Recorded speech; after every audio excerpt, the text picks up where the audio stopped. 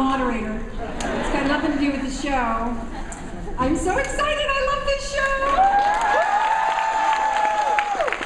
As a television critic, you can imagine, you know, that when I got this, it was another vampire werewolf show, and I thought, really? Okay, and it was one that sat on the stack for a while, and then I put it in, I'm like, this is the best one! And I don't care if True Blood is down the hall. Okay, well, now I guess some of you have seen the first episode and so of the new season, so we're going to talk a little bit about that, and we're going to talk a little bit about the show for those of you who haven't seen it. But first I'm going to introduce our wonderful panel. First we have Toby Whithouse, the creator and writer.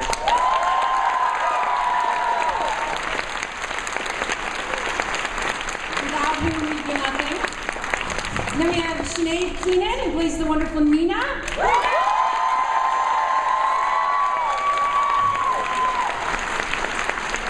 She has a super great storyline this season. Not to give it away, I've seen the whole season. Then we have Russell Toby.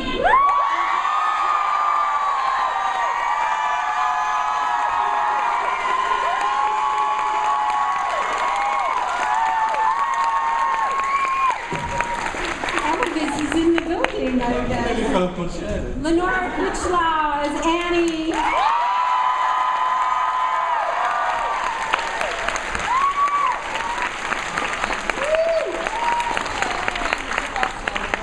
And Aidan Turner as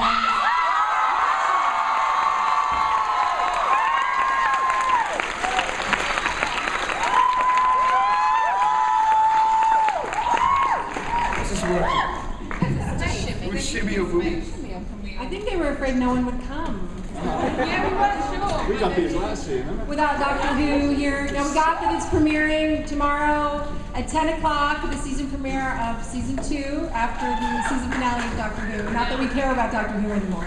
All about Doctor Who. Okay, we do care. And he needs to get out of that box! Okay, let's talk about being human. Let's talk about, let's talk about, we were talking a little bit backstage about the genesis of this. I mean, I'm sure I'm not alone in feeling that the charm of this show is that it isn't a vampire or werewolf ghost show. It is a human show about 3 flatmates who share a lot of different neuroses that happen to include some supernatural varieties. So, and it turns out there's a really marvelous story that's sort of how it came into existence. So, can you tell them what you told me, the wonderful genesis of being human? I'm sorry, are we sharing a microphone? Hello. Basically, I was approached several years ago to devise a show about a human house show, about a group of college graduates who decide to buy a house together and the stresses and strains that puts on their relationship. And I thought that was probably the dullest idea I'd ever heard in my life. But nonetheless, I had these ideas for 3 characters who were at that stage completely human. Mitchell, George and Annie. Mitchell was a recovering sex addict. Annie was you're ahead of me, aren't you? Annie was a borderline agoraphobic, and George was this very kind of punctilious, house-proud guy who compartmentalised all of his life. And we started to sit down and try and come up with some stories, but we couldn't come up with any. And so we decided to have one last meeting, and then if nothing came of that, we were going to call it a day and just pretend it had never happened. And during this meeting, I said, kind of in a slightly kind of kamikaze move, I said, well, of course, what we could do is we could turn George into a werewolf, because if nothing else, that would give us a story for the first episode.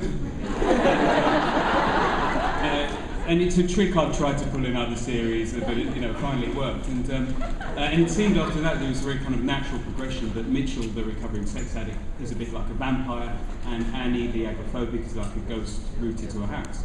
And so once we had that, suddenly, there was no problem writing the script. The first version of the show I did was, because the idea is so stupid, the first version of the script I wrote was essentially a sitcom. And we looked at it, and it was kind of okay, and I think I kind of chickened out. I think that it was, I was sort of apologising for the idea because it was so strange. And then we completely discarded that and started again. and that's what ultimately became the pilot. But it meant that the foundation of the show, the genesis of the show was character. And the supernatural element was added later. I think had I been approached to write a supernatural show, I don't think I would have ended up with being human. I think that the process was very long and frustrating, but it meant that the bedrock of the show is character. And consequently, every time we sat down to storyline a new series or even a single episode, we've all started from the standpoint of character. And then the supernatural element flows from that. So those of you, I'm sure most of you have seen season 1, and it does establish, this camaraderie between the three flatmates. And then in season 2, as you probably, those of you who saw the first episode the other night, last night, things are going to get a little darker. And in fact, I think we have a preview that we're going to show you. Is that right? Do we have a clip?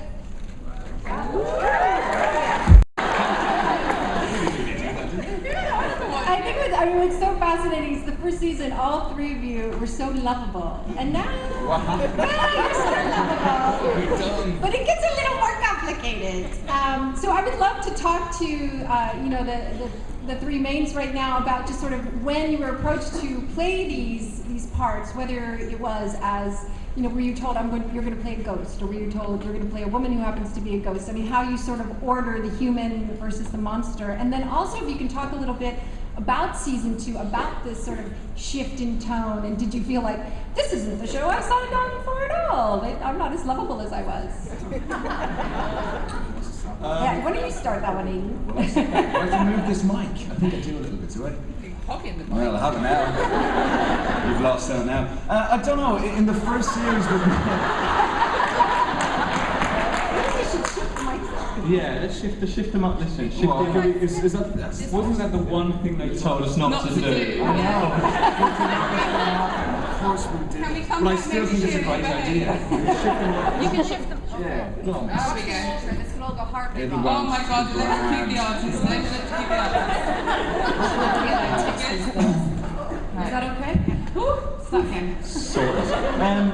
Yeah, well, in the first series, we meet this guy, and he's struggling with this addiction, and he's completely sort of exercised himself from everybody, disassociated himself with everyone who's kind of influenced him in that way. He's moved to the west of England, and he's moved in with the wolf, and he's decided to get himself clean. And well, he just happened to be there. Oh, sorry, I don't mean that. Take my mic. And he's doing all right, I think, until Harry comes along, and he kind of messes things up a bit. And then it's no longer just Mitchell's problem anymore. With George killing Herrick, I think Mitchell feels completely and solely responsible for that. And he has to sort of reform his friendships again, and the structure in this house that he needs, and the stability in order for him to get clean and to live this life that he wants to leave now. So the only way of doing that is, I guess, is getting darker, and he needs to step into Herrick's shoes. And it's not to wage this holy war on these vampires that he kind of knows are going to kill his mates if he doesn't do anything about it. But he knows these guys are young and they're vulnerable, and they're crying out for leadership with Herrick being ripped apart and disappearing. So he knows he has to do something about that. But the way it works out, before he knows what's going on, he's deep involved in something that he knows he shouldn't be again, and everything is a bit too close to home. And I seem to be ripping apart a chocolate here, but so naturally, I guess, it just gets darker. It's that progression, and that's what we love about the show, is that it plays itself or something. Everything just happens sort of organically, and the darker the world around us gets, the more we have to group together, and everything else outside the house becomes that much more scary, and everything inside the house becomes that much more intense and important, I guess. So it's not really a choice to get darker, it just sort of happens, And I think more so it's probably Mitchell's story than anyone else's, really. Yeah, Annie doesn't get dark. Oh no, she does. She does get dark. She has a dark one. Yeah. I can keep up. I think for Annie, season 2, I don't know why I'm projecting so much with my microphone. Season 2, everyone kind of goes off a bit more on their own journeys, and I think for Annie, that's very lonely, because these guys are the only ones that really can see her and acknowledge her. So when they go off and be vampire-y and wolfy, she's like bored, and I think she gets frustrated, and she gets to she gets hit with the reality stick of not moving on and being stuck, and all the things that she's going to be missing out on, but able to witness in other people, like families and love and relationships and growing old and all of that stuff, and it's very bleak for her. So she has some tough decisions to make. But they do come back to the house sometimes, just not enough. Yeah, and it goes. Hi everyone. It goes. It goes dark for George. His biggest fear is embracing the wolf within him and killing someone. And at the end of the first season, he's used the wolf within him to kill someone. Yes, it's Eric who's a vampire, but he's done it. And unbeknownst to him, he scratched the love of his life, the only person who he's really, really connected to, and he's not aware of that. What's she doing down there? How many people here have seen all the first season? How many people here have seen all the second season? How many people here are breaking the law? You rock, you guys. Me and Sinead are having this conversation because it's Sinead's, like... It's my first time. She's a virgin. Yeah. She's got a chastity ring on. And she was saying, I was saying to her, you know everyone's going to watch this. She went, they're not. I said, I promise you they will. Everyone would have illegally downloaded it and been proud of it. And we're proud of you for doing that. But there was, I was saying, George, dark, yeah. He just turns into he's got too much testosterone suddenly, and George, being a sensitive soul, he can't really handle it, doesn't really know what to do with it, and that takes him on a very strange tangent, and he kind of acts out in various ways. Meeting other vampires, vampires. Yeah, and you know, doing various things with various people.